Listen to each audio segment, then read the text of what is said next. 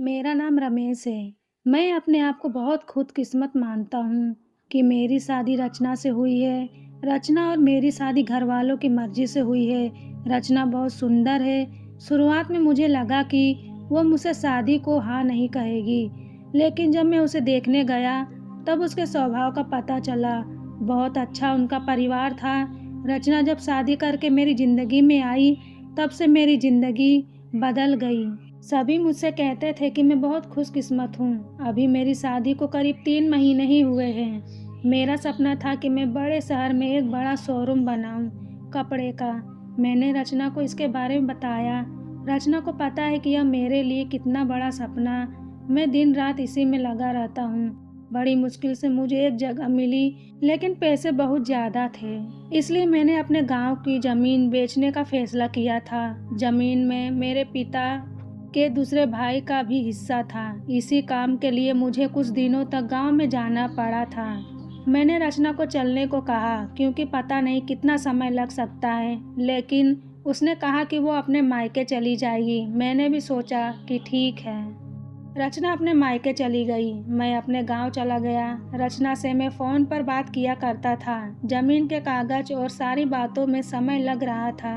इस दौरान मेरी पत्नी से मेरी बात होती रहती थी। मैंने एक शाम उसे फ़ोन किया तो वो कुछ बदली बदली थी, ज़्यादा बोल नहीं रही थी। मैंने पूछा, क्या हुआ, तुम ठीक हो? वो बोली कि मुझे आपको कुछ बात बतानी है। मैंने कहा कि बताओ, क्या बोलना चाहती हो? वो थोड़ी देर चुप रही और फिर बोली कि नहीं, अभी नहीं, मैं आपको मिलकर ही बताऊंगी। मैंने भी कहा कि ठीक है, लेकिन मुझे नहीं पता था कि मेरी ज़िंदगी में इतनी बड़ी बात होने वाली है। अगले दिन दोपहर में मैंने जब रचना को फ़ोन किया, तो उसने फ़ोन नहीं उठाया। मैंने भी सोचा कि कुछ काम होगा, इसलिए मैंने उस बात पर ज़्यादा ध्यान नहीं दिया। मैं सारा दिन अपने काम में उलझा रहा। काम भी ज़रूरी था, क्योंकि वो ख़त्म करके ही मैं जल्दी से रचना के पास वापस जा सकता था। दिन भर के काम के बाद मैंने फिर शाम को रचना को फ़ोन किया, लेकिन इस बार उसका फ़ोन स्विच ऑफ आ रहा था। मैंने फिर सोचा कि शायद किसी काम से गई होगी और मोबाइल स्विच ऑफ हो गया होगा। मैंने रात फिर किया, क्योंकि दिन बात हो ना हो, लेकिन रात में ज़रूर बात किया करते थे, लेकिन रात में भी उसका फ़ोन स्विच ऑफ था। अब मुझे थोड़ी फिक्र हुई, लेकिन फिर मैंने सोचा कि वो उसके घर ही है। अगर कुछ बात होती तो मुझे फ़ोन आ ही जाता। थोड़ा बहुत विचार करके मैं सो गया। मैंने सोचा कि उसके घर में किसी को फ़ोन करूं, लेकिन रात में उस समय फ़ोन करना मैंने उचित नहीं समझा, इसलिए मैं सो गया। सुबह उठते ही मुझे यही ख्याल आ रहा था कि मैं रचना से बात करूं। सुबह भी मैंने फ़ोन किया, लेकिन अभी भी वही बात है, उसका फ़ोन स्विच ऑफ ही था। अब मैंने उसकी मम्मी को फ़ोन किया, लेकिन उन्होंने भी मेरा फ़ोन नहीं उठाया। अब मुझे थोड़ी फ़िक्र होने लगी थी कि क्योंकि किसी से भी मेरी बात नहीं हो रही थी। करीब 3 दिन तक ना रचना का फ़ोन आया, ना ही उसकी माँ का। मैं अपने काम में लगा रहा। फिर एक शाम मेरी सास का फ़ोन आया। मैंने पूछा कि रचना कहाँ है? वो बोली, रचना अपनी एक चचेरी बहन की शादी में गई है। शायद वहाँ नेटवर्क नहीं होगा, इसलिए बात नहीं हो पा रही है। मैं भूल गया था, रचना ने मुझे बताया था कि वो वहाँ जाने वाली है। मेरी चिंता थोड़ी कम हो गई और मैं वापस अपने काम में लग गया। रचना वहाँ 5 दिन तक रुकने वाली थी, इसलिए मैंने सोचा कि शायद 5 दिनों तक मेरी रचना से कोई बात नहीं हो पाएगी। मेरा काम भी लगभग खत्म हो गया था। मेरे हाथ में पैसे 2 से 4 दिन में आने वाले ही थे।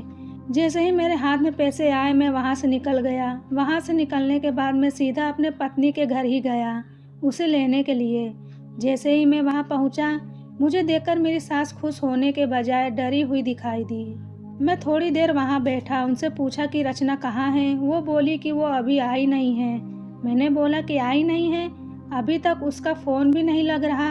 मैंने कहा कि आप मुझे वहाँ किसी का नंबर दे दो, कितने दिन से रचना से बात हुई नहीं है। वो कुछ देर सोचती रही, फिर बोली कि अभी मेरे पास नहीं है, मैं आपको किसी से पूछ कर देती हूँ।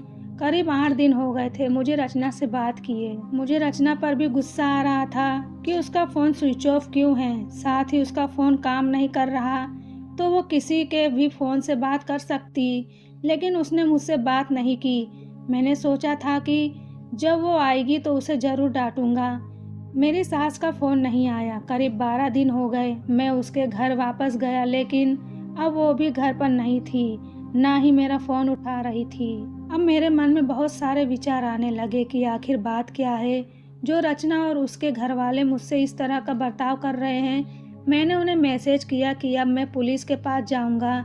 मेरी इस धमकी से शायद वो डर गई और उनका फ़ोन आया। बोली कि बेटा, मैं तुम्हें कुछ बताना चाहती हूँ, तुम घर आ जाओ। अब मेरी चिंता बढ़ती जा रही थी। ऐसी क्या बात है जो यह सब मुझसे छुपा रहे हैं? मेरी पत्नी ने मुझसे 20 दिनों से बात नहीं की थी। मैं अगले दिन उसके घर गया। मेरी सास का मुंह उतरा हुआ था। मैं बहुत गुस्से में था।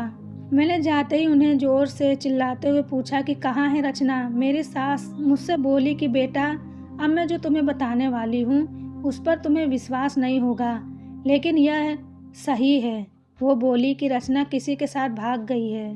मुझे मेरे कानों पर विश्वास नहीं हुआ कि मैंने क्या सुना। मैंने बोला, आप कुछ भी बोलेंगे और मैं मान जाऊंगा। वो बोली, बेटा, यही सच है। तुम्हारी शादी के पहले उसका एक प्रेम प्रसंग था। जब वो वहाँ गांव में अपनी बहन की शादी में गई तो उसे वो वहाँ मिल गया और वो मौका देखकर वहाँ से भाग गई। मैं जानती हूँ कि तुम उससे बहुत प्यार करते हो, लेकिन अब यही सच है। तुम्हें उसे भूलना होगा। हम लोग पुलिस के पास नहीं गए, नहीं तो बदनामी होगी, इसलिए हम इस बात को तुमसे छिपा रहे थे। रचना मेरे साथ 3 महीने तक रही थी। जितना मैं उसे जानता था वो ऐसा नहीं कर सकती थी, लेकिन उसकी माँ यह कह रही थी तो मैं कैसे ना मानता। मेरा मन अभी भी मानने को तैयार नहीं था। मेरी सास मेरे आगे रो रही थी, माफ़ी मांग रही थी। इतनी बड़ी बात मेरे घर वालों को पता चली तो उन्हें भी विश्वास नहीं हुआ। रचना स्वभाव से बिल्कुल ऐसी नहीं लग रही थी। रचना की माँ को देखकर मैं और मेरे घर वाले चुप रह गए। हमने कुछ बड़ा कदम नहीं उठाया। मैं अपने साथ हुए इस धोखे को बर्दाश्त नहीं कर पाया। मैंने रचना को बहुत प्यार किया और मुझे कुछ भी हासिल नहीं हुआ। रचना नाम से मुझे नफरत हो गई। मेरी जिंदगी पर इसका बहुत असर हुआ। मैं जो शोरूम की शुरुआत करने वाला, उसके लिए मेरे पास अब सब कुछ आ गया था, लेकिन फिर भी मुझे अब कुछ करने का मन नहीं हो रहा था। किसी के साथ इतना बड़ा धोखा हुआ तो कैसे खुश रह सकता है। मेरे घर वाले मुझे संभाल रहे थे। मैंने उसे बहुत ढूंढने की कोशिश की। मैं बहुत चाहता था कि वो मुझे मिले तो मैं उससे पूछूं कि आखिर उसने मेरे साथ ऐसा क्यों किया। धीरे धीरे समय बीतता गया। उसे गए 7 महीने हो गए थे और मैं भी उसे भूलकर अपनी ज़िंदगी में वापस बिजी होने की कोशिश करने लगा। मेरा उसके घर यहाँ आना जाना हुआ। ऐसे ही मेरा ध्यान उनके घर की खिड़की पर पड़ा। मुझे दिखाई दिया कि खिड़की में रचना है। एक झलक सी मुझे दिखी। मैंने उसी समय उनके घर का दरवाज़ा बजाया। मेरी सास ने दरवाज़ा खोला और वह मुझे देखकर ही डर गई। दरवाज़ा खुलते ही मैं अंदर जाने लगा। मेरी सास ने मुझे रोका, लेकिन मैं नहीं माना। अंदर कमरे में गया तो रचना को देखकर मैं हैरान रह गया। रचना व्हीलचेयर पर बैठी थी। रचना ने मुझे देखा और उसकी आंखों में आंसू आ गए। मैंने पूछा, यह क्या हुआ रचना? बस रो रही थी।